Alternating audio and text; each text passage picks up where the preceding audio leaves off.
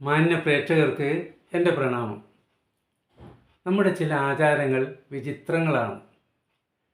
ചില ക്ഷേത്ര ചുമരുകളിൽ എഴുതി വച്ചിട്ടുണ്ട്, അഹിന്ദുക്കൾക്ക് പ്രവേശനമില്ല. ഷർട്ട്, ബനിയൻ, ലുങ്കി ഇവ ധരിച്ചുകൊണ്ട് ക്ഷേത്രത്തിൽ പ്രവേശിക്കരുത്. പാദരക്ഷ ഉപയോഗിച്ച് ക്ഷേത്രത്തിൽ പ്രവേശിക്കരുത്. വാലായ്മയുള്ളപ്പോൾ ക്ഷേത്രത്തിൽ പ്രവേശിക്കരുത് എന്നൊക്കെ എഴുതി വെച്ച ബോർഡുകൾ കണ്ടിട്ടുണ്ട്. അഹിന്ദുക്കൾക്ക് പ്രവേശനമുള്ള ക്ഷേത്രങ്ങളുണ്ട് നമ്മുടെ കേരളത്തിൽ. ഉദാഹരണത്തിന് ശബരിമലയിൽ അഹിന്ദുക്കൾക്ക് പ്രവേശനമുണ്ട്. അവിടെ ഷർട്ട് ധരിക്കുന്നതിൽ ഒരു വിലക്കുമില്ല. പല ക്ഷേത്രങ്ങളിലും ഷർട്ട് ധരിക്കുന്നതിൽ വിലക്കില്ല.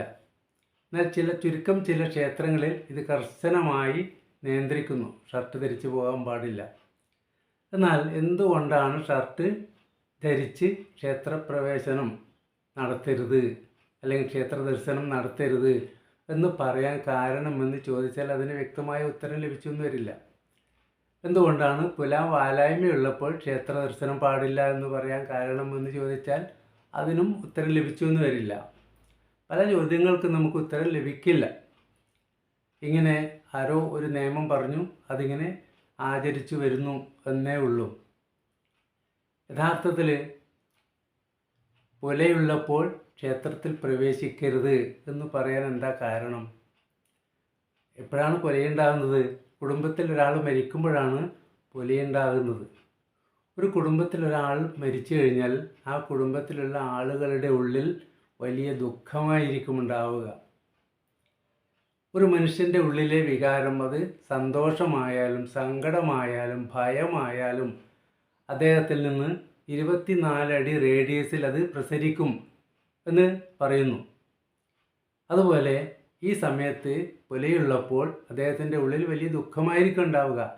ഇത് 24 അടി റേഡിയസിൽ പ്രസരിച്ച് അന്തരീക്ഷത്തിലും മറ്റുള്ള ആളുകളിലും എത്താതിരിക്കാൻ വേണ്ടിയാണ് യഥാർത്ഥത്തിൽ പുലയുള്ളപ്പോൾ ക്ഷേത്രപ്രവേശനം പാടില്ല എന്ന് പറയാൻ കാരണം. അതുപോലെ വാലായ്മ, ശരിക്കും വാലായ്മയല്ല, ബാലായ്മയാണ്. ജനിച്ചു വീണ കുട്ടിക്ക് രോഗപ്രതിരോധ ശക്തി ഉണ്ടാവില്ല.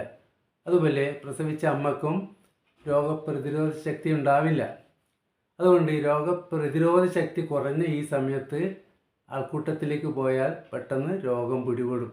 അതുകൊണ്ടാണ് ക്ഷേത്രത്തിലോ മറ്റ് പൊതു ഇടങ്ങളിലോ ഈ സമയത്ത് പോകരുത് എന്ന് പറയാൻ കാരണം. അതുപോലെ ഷർട്ട് ധരിക്കാതെ പോകുന്നതാണ് യഥാർത്ഥത്തിൽ നല്ലത്.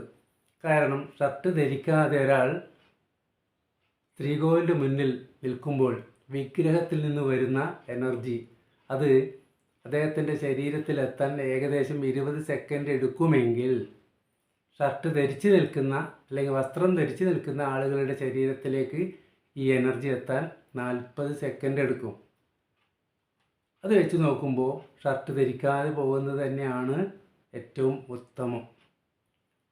അല്ലാതെ ഷർട്ട് ധരിച്ചു പോകുന്ന ആളുകളോട് ദേവൻ കോപിക്കും എന്ന് ഞാൻ കരുതുന്നേയില്ല.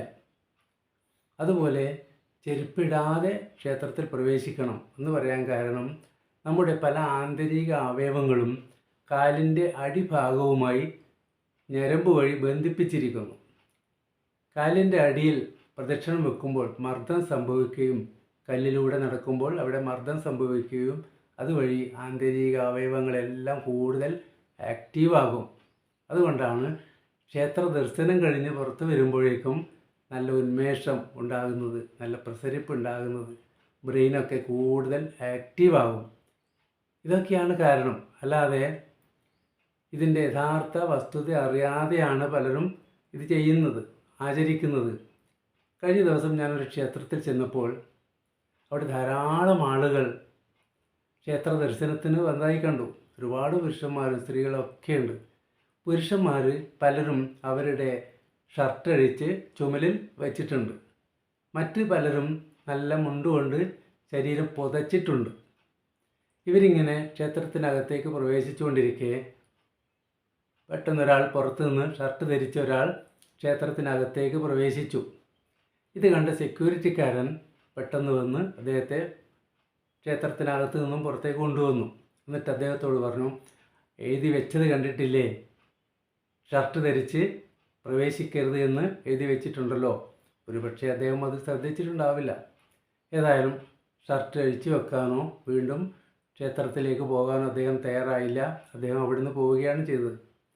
ഞാൻ അദ്ദേഹത്തോട് ചോദിച്ചു, എന്തിനാണ് ഷർട്ട് അയാളെ പുറത്തേക്ക് കൊണ്ടുവന്നത് എന്ന്.